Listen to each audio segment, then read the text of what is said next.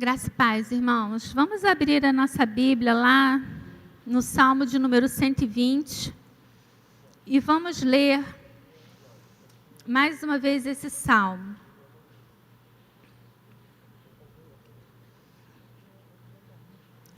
Na minha angústia, clamo ao Senhor e Ele me ouve. Senhor, livra-me dos lábios mentirosos, da língua enganadora.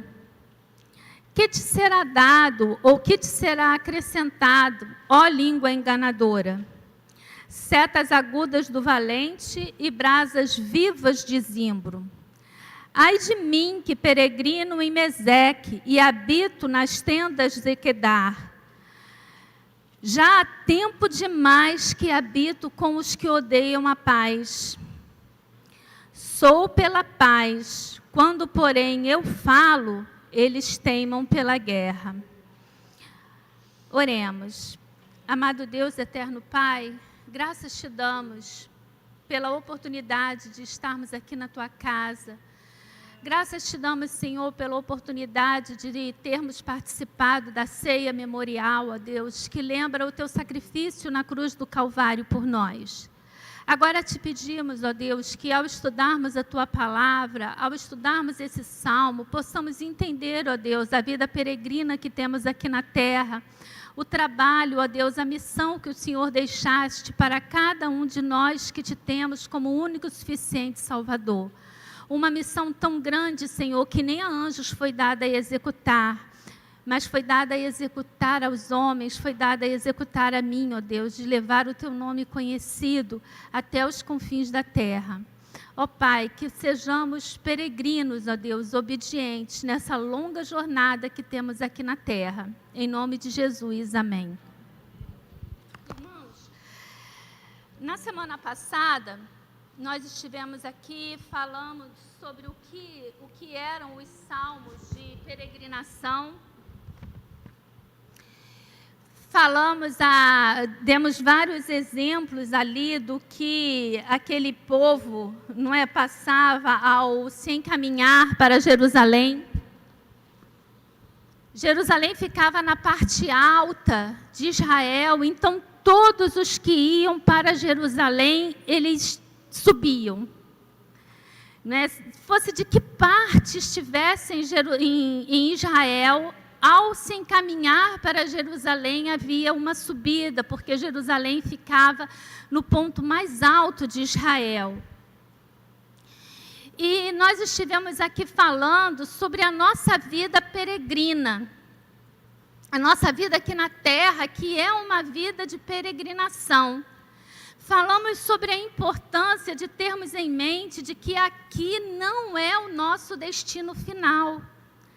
Falamos sobre a questão de muitas das vezes estarmos tão acomodados a esse mundo que ao sermos indagados se queremos ir embora, ser levados por Deus, nós dizemos que não, só mais um tempinho, né? Me dá mais um tempinho aqui na terra, me dá mais um tempinho para usufruir, eu quero ver o meu filho crescer, eu quero ver o meu neto casar, eu quero ver isso. A gente tem sempre uma desculpa, um apego que nos liga aqui. E isso não é um privilégio meu e um privilégio teu. Quando estudamos ali, Paulo falando aos Filipenses, capítulo 1, olha o que Paulo vai dizer aqui a partir do versículo 21. Paulo começa dizendo, capítulo 1, versículo 21, do livro da carta de Paulo aos Filipenses, ele diz: porquanto para mim o viver é Cristo. Então, quando nós temos o desejo de estarmos peregrino aqui na terra, mas estendendo a nossa jornada, a primeira coisa, irmãos, que precisamos ter por meta, por objetivo, é viver Cristo. Paulo, aqui ele vai dizer que ele quer sim ficar, mas ele diz, para mim o viver é Cristo. Então, Paulo vivia Cristo. Em outra carta, Paulo vai dizer, agora vivo não mais eu, o eu morreu, mas Cristo vive em mim. Aqui em Filipenses ele continua, Porquanto para mim o viver é Cristo e o morrer é lucro. Essa concepção, irmãos, de que a morte para o cristão é lucro, nós precisamos ter, porque ao morrer ganhamos a vida eterna. Passamos a usufruir das benesses que Cristo foi preparar para mim e para você. Ele diz que foi preparar ali mansões celestiais, que estaremos andando ali por ruas de ouro. Então, as promessas são para a eternidade, as promessas de uma vida boa, uma vida, entendeu? Assim como ele prometia ao povo de Israel, não é? Uma vida regada a leite e mel, essa vida é na eternidade. Paulo vai dizer, entretanto, se o viver na carne traz fruto para o meu trabalho, já não sei o que hei de escolher. Portanto, mas se o viver na carne, se o viver aqui, se a minha vida aqui na terra traz fruto para a obra, para o reino, então eu já não sei o que é melhor, eu já não sei o que eu quero. Esse, irmãos, tem que ser o nosso pensamento. Na semana passada, quando eu saí daqui, eu fiquei pensando, vieram falar assim, nossa, você foi dura, bateu. Aí eu fui lá ver, ouvir, repensar.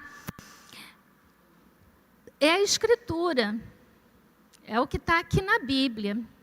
Eu preciso ter a consciência de que aqui eu não sou turista, eu sou peregrino.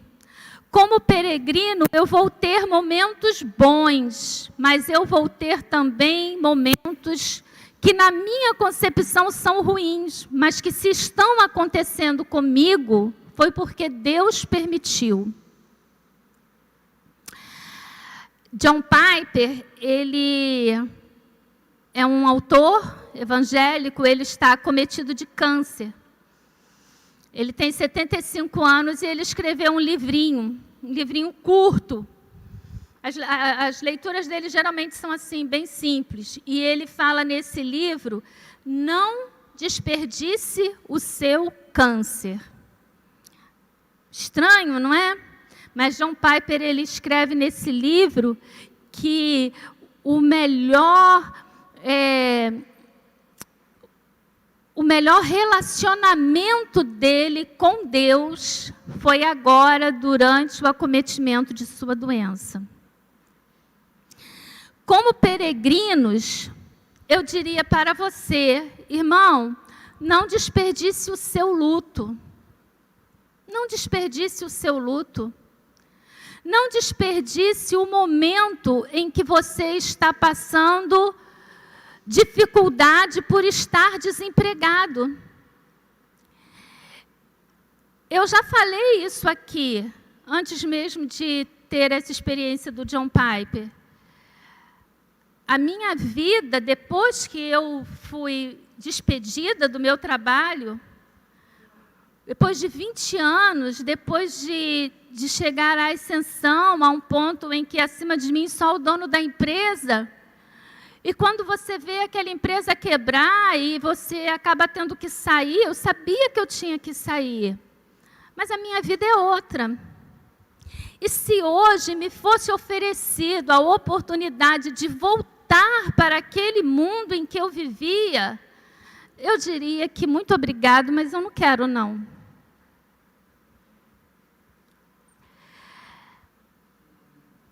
Às vezes, aquilo que durante a nossa peregrinação nós pensamos que vai ser a pior coisa que pode me acontecer, é isso. Mas dentro dos planos de Deus, aquilo é o melhor que vai acontecer sobre a tua vida. Durante o período em que na nossa peregrinação nós passamos o luto, nós passamos pela doença, nós passamos pela dor, não é? Me agoniava saber que a Gláucia estava ali no hospital e ela dizendo que não podia tomar o antibiótico para se ver livre da dor, porque o médico tinha que identificar a bactéria. Aquilo me dava uma angústia de saber que ela estava sentindo dor. Ninguém gosta de sentir dor. Eu não sei porquê, mas espero que ela tenha vivido aquele momento ali com Deus, mesmo sentindo dor, mas se relacionado com Deus.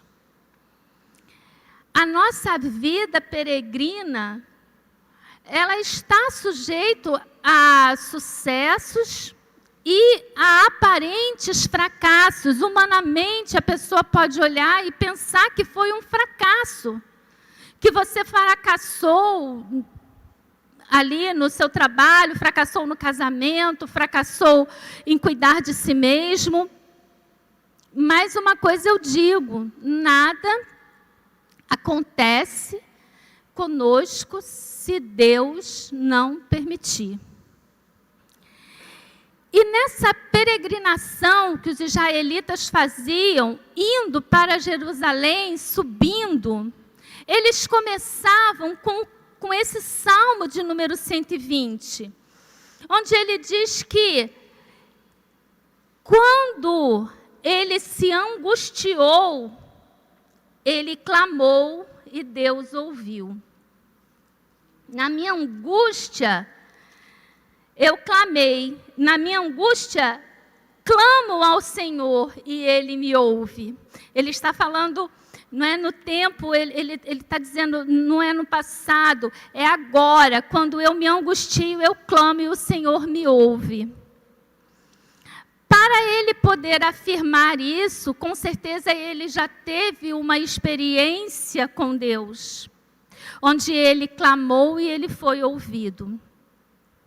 Irmãos, eu não posso ter essa experiência se eu quero ser privado de tudo o que eu considero ruim. Lembra de Jesus com Simão? Não Simão Pedro, o Simão judeu, que ele vai jantar, né, o fariseu. E Jesus fala para ele, Simão, quem é mais agradecido? Quem teve muito pecado perdoado ou quem teve pouco pecado perdoado? Quem é mais agradecido, irmãos? Quem teve muitos pecados perdoados. Quem é mais abençoado? Quem nunca ficou doente ou quem foi curado? Quem é mais abençoado? Quem nunca passou dificuldade financeira ou quem vê Deus suprindo as suas necessidades dia após dia?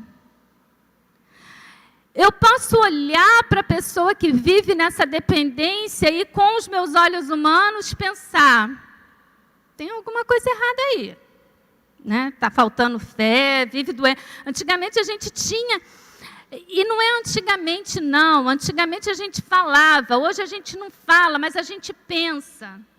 Não é? Então eu tenho a tendência de pensar assim, eu, irmão Jorge, sou mais abençoada do que o irmão Jorge pegou Covid e eu não peguei Covid. Vai dizer que quem não pegou Covid aqui nunca olhou para alguém que pegou e pensou, passou assim, de relâmpago na cabeça isso. A gente diz, nossa igreja é abençoada, porque até então ninguém havia falecido por conta da Covid. Quando, irmãos, estamos aqui debaixo do mesmo orvalho. As bênçãos de Deus que caem aqui, ela vai cair ali sobre as pessoas que estão naquele prédio e que não são crentes, não são filhos de Deus. Ele não abençoa só os filhos. Esse é um pensamento muito errado que a igreja precisa se libertar dele e que precisamos trabalhar, porque invariavelmente, vira e mexe, ele cruza a nossa mente. Então, eu acho que eu fui abençoado quando eu orei e a pessoa se curou. Fui abençoada. Mas nós também fomos abençoados quando não tivemos a nossa oração atendida. Eu posso não entender agora. Eu não entendo. Porque pessoas queridas como a irmã Cleonice, como a irmã Jane, não, mas eu quero lembrar Zerenil. Estava com Zenilde na cabeça, mas eu sabia que não era Zenilde. A irmã Zerenil, a irmã Jane, o pastor Jardim, e tantos, né, irmã Marlene, tantos que foram nesse período agora, né? Irmã Helena, nem fala. Né? A gente fica aqui inconformados. Mas Deus tinha os seus planos, irmãos, para aquelas irmãs. Por quê? Não sei. Por que que para uns passa como se fosse uma gripe, para outros sem nada, e outros simplesmente se vão? Mas eu preciso entender que, ao clamar, e houve um clamor por essas pessoas, o Senhor atende, ainda que a resposta dele não seja a resposta que eu quero. E aí Paulo vai dizer, né, quem é conselheiro de Deus? Quem aqui foi conselheiro de Deus? Quem entendeu os pensamentos de Deus? A gente não entende nem a gente mesmo. Quanto mais entender os desígnios de Deus. Então, a primeira coisa que eu preciso entender é que aqui nessa terra, para trilhar esse caminho de fé, para poder, a semelhança do salmista, dizer: quando eu estou em angústia, quando eu estou em aflição, eu clamo e o Senhor me ouve. Eu preciso de duas coisas, duas palavras que a Bíblia impõe aqui, de Gênesis a Apocalipse. Eu preciso saber que eu preciso trilhar um caminho de discipulado. Eu preciso trilhar um caminho de discipulado. A nossa vida, ela tem que ser uma vida de discipulado. Não um discipulado que vai se dar dentro de uma sala fechada com um caderno. Mas um discipulado que eu aprendo na minha vida diária ao caminhar com Cristo. Os judeus, eles iam para Jerusalém para se encontrar com o seu Deus.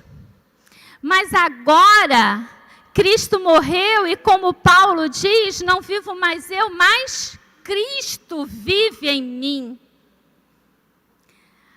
Então, Ele caminha comigo. E esse caminhar, ele necessita ser um caminhar de discipulado. Eu nunca estarei completa, eu sempre preciso aprender algo mais, eu sempre preciso caminhar mais, eu sempre preciso buscar mais. Esse caminhar, irmãos, ele precisa ser um caminhar de estudo. Eu fico vendo lá em casa, meu filho, e a gente também, quando estudava, a gente contava, né, quantos anos faltam para terminar, né, o 2º grau, quantos anos faltam para terminar, para eu parar de estudar, eu não aguento mais essa vida. Olha, eu digo para vocês, está só começando, a gente não pode parar em momento nenhum. Se você para, você fica obsoleto. O estudar é constante. Nós sempre precisamos estudar. Sempre precisamos nos informar. E aí, irmãos, o estudo bíblico, ele é essencial. Eu não vou poder caminhar com ele se eu não estudar a palavra dele. E aqui, o salmista continua dizendo o seguinte: Senhor, me livra dos lábios mentirosos e da língua enganadora. Nós vivemos num mundo, irmãos, que conta mentira o tempo inteiro. Eu lembro quando trabalhava e ia para as audiências trabalhistas, e a minha sensação era a seguinte: ganha quem mente melhor. As pessoas iam para ali, elas mentiam, mas descaradamente. Você ficava olhando assim para o cidadão, dizendo que trabalhava de domingo a domingo, e que fazia, e você fica assim, você fala, gente, não é? E aí você ficava ali na sensação, a impressão que você tem é, ganha quem mente melhor, quem tem um advogado mais mentiroso, o advogado que tem mais lábia. Como que nós podemos ter certeza de que aquilo que assistimos na televisão é verdade, aquela notícia? Se você assiste o jornal da Band, você é conduzido para uma linha. Se você assiste o jornal da Record, você é conduzido para outra linha. Se você assiste o Jornal da Globo, você é conduzido em outra linha. Se você assiste o Jornal da Globo, desfaz de tudo porque o mundo vai acabar agora, né? Está acabando, vai todo mundo morrer, nós estamos perdidos, entendeu? A situação... Se você assiste na Band, você pode ter um pouquinho mais de esperança. E quando a gente assiste na Record, parece que não está acontecendo nada. Está tudo bem, entendeu? Em quem que a gente acredita? Quando a gente assiste televisão, eles dizem, os comerciais, eles entram e eles dizem aquilo que nós precisamos para ser feliz. Ela vai te dar aquela cinta que você vai colocar e mesmo comendo lá no Burger King, McDonald's, você não vai engordar porque aquela cinta ali vai te proteger. Ela vai te dar remédio para calvície, para... Gente, é para tudo. Ela vai dizer que se você frequentar determinada academia, se você comprar determinado aparelho, você vai ficar muito bem. Vai ter remédio que você vai poder tomar e ele vai te deixar magrinha, vai rejuvenescer, você vai ficar com o aspecto de alguém que tem 20 anos de idade. São mentiras. Mentiras e mentiras. Esse é o mundo, é isso que o salmista está falando. Senhor, livra-me dos políticos mentirosos que querem me pregar moral quando tem uma vida totalmente corrupta e deturpada. Senhor, livra-me dos noticiários mentirosos. Senhor, me livra dessa situação em que eu vivo, em que as pessoas só contam mentira, em que as pessoas pregam uma felicidade, em que as pessoas pregam amor. Já viu televisão? Quantas vezes se fala a palavra amor nos programas, nas novelas? Mas, irmãos, ninguém fala na televisão de que Deus é amor.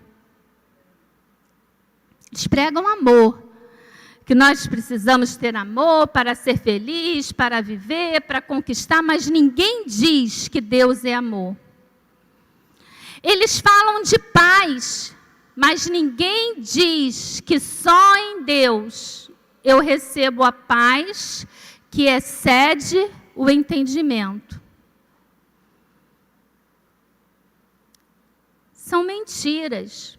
E o salmista está dizendo, Senhor, me livra dessas mentiras, me livra. Me livra dos lábios mentirosos e da língua enganadora. No versículo 3 ele pergunta, o que te será dado? O que te será acrescentado, ó língua enganadora? Nada é acrescentado para eles, irmãos. Mas a Bíblia diz que o mundo jaz no maligno. E quem é o pai da mentira? O diabo. O diabo é o pai da mentira. Então, o tempo todo, ele vai trabalhar na sua mente mentiras para o afastar de Deus. Então, quando na nossa peregrinação a gente tem uma dificuldade, ele vai dizer, tá vendo? Deus não te ama tanto. Curou fulano, mas não curou o Beltrano que você tanto orou. Tá vendo? Esse Deus que você serve não é tão poderoso assim. Ele poderia ter feito, se ele tivesse poder, ele teria ter feito. Ele poderia ter feito isso, ele poderia ter curado.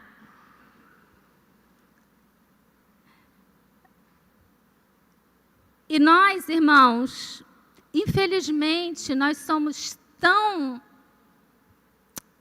indisciplinados, para não dizer negligentes, que a gente ouve o tempo inteiro esses noticiários, lê no Twitter e em outras coisas mais, mas não lê a Bíblia, não busca Deus.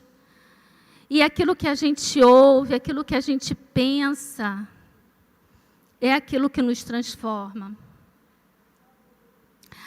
A nossa vida de peregrinação e discipulado tem que ser uma vida de inconformidade com este mundo. Eu tenho que olhar para toda essa situação e dizer, olha, para mim acabou, estou pegando a minha malinha porque eu vou para Jerusalém.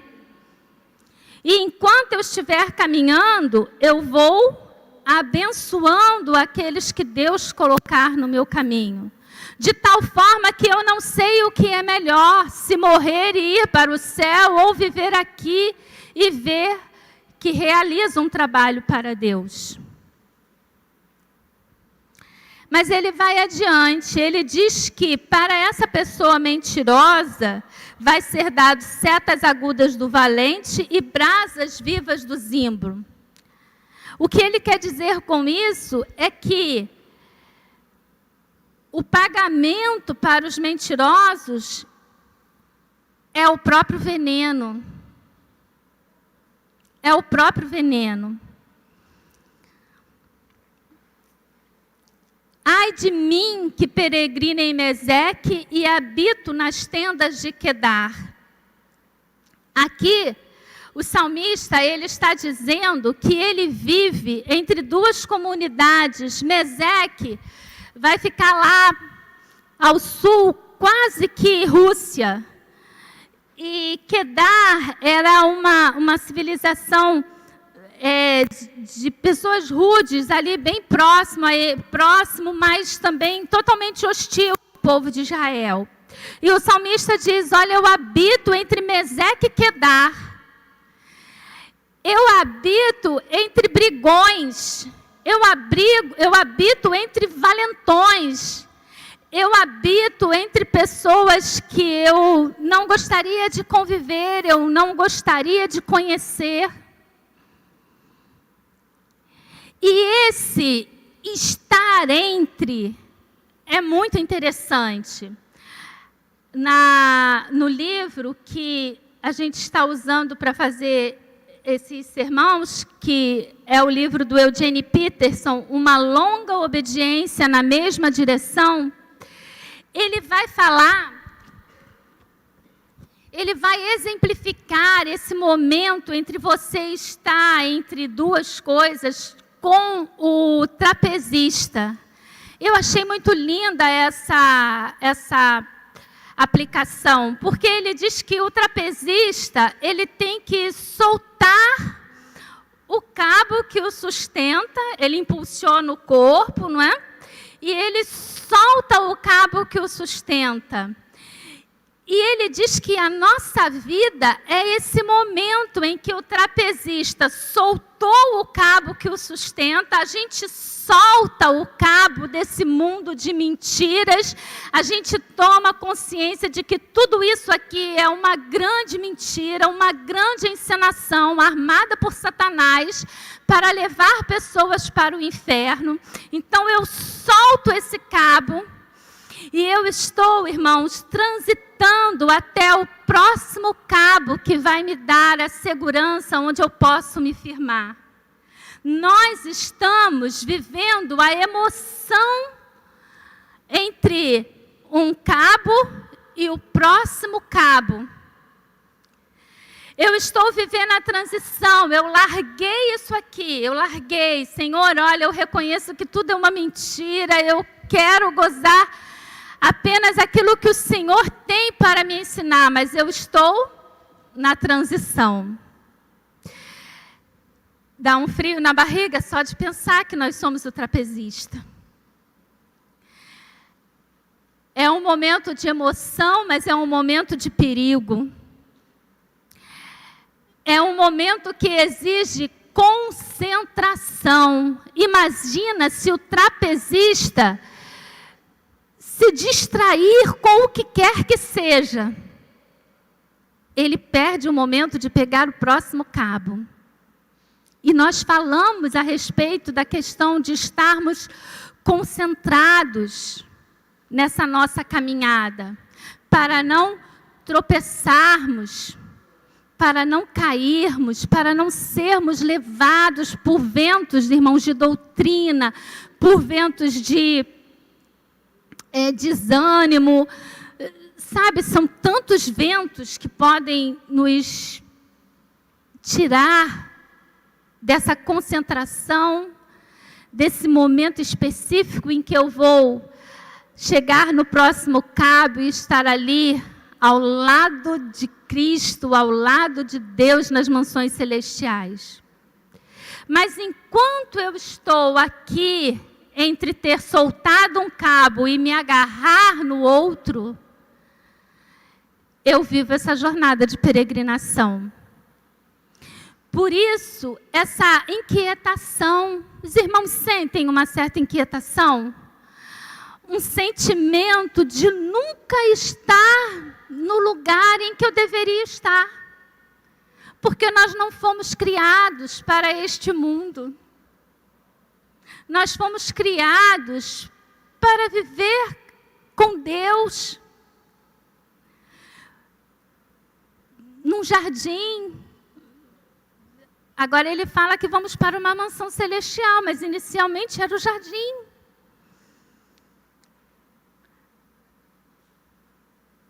E vivemos aqui numa concepção de mundo que nos rejeita. O mundo nos rejeita. O mundo olha para nós como seres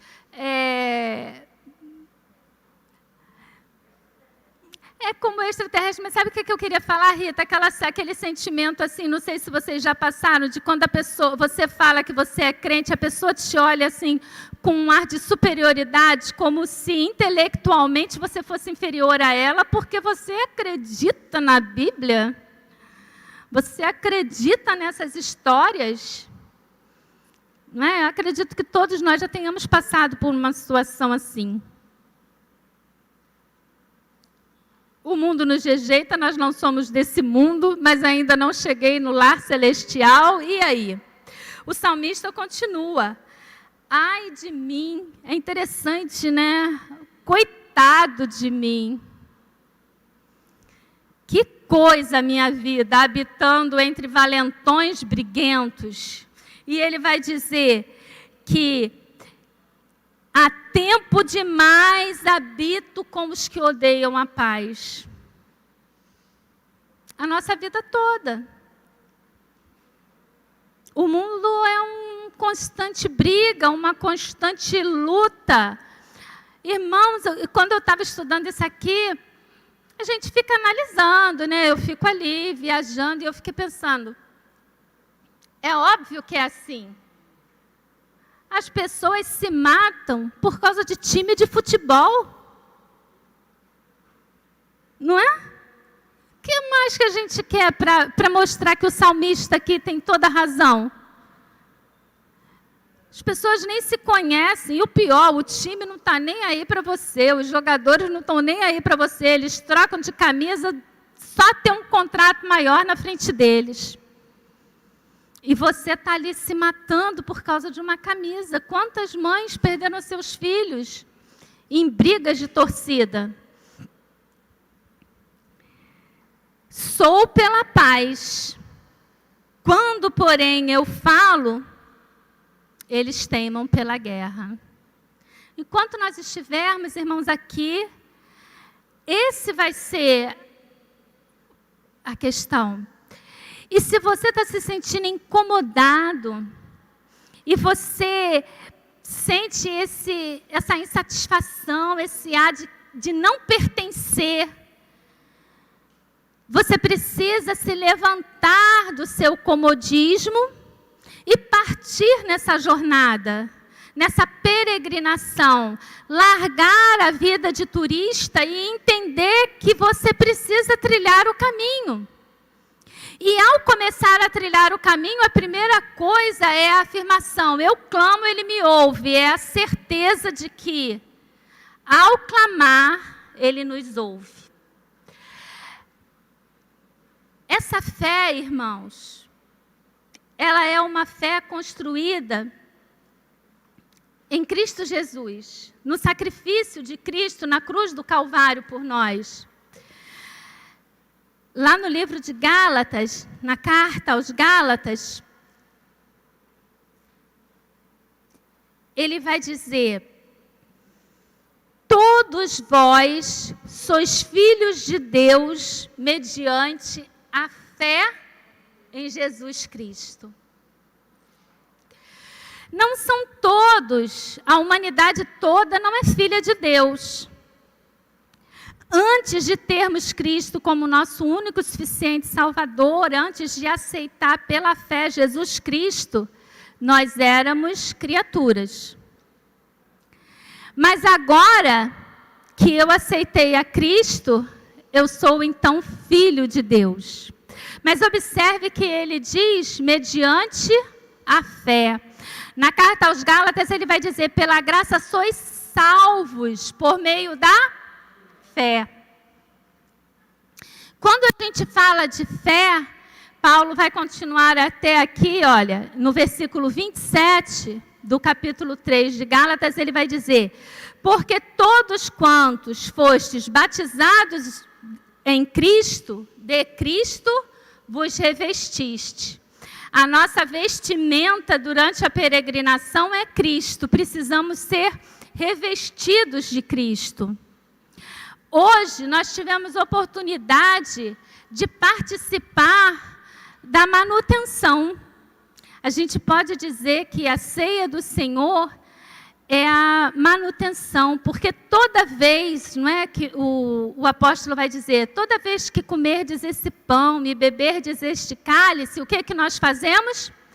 Anunciamos a morte de Cristo até que Ele venha.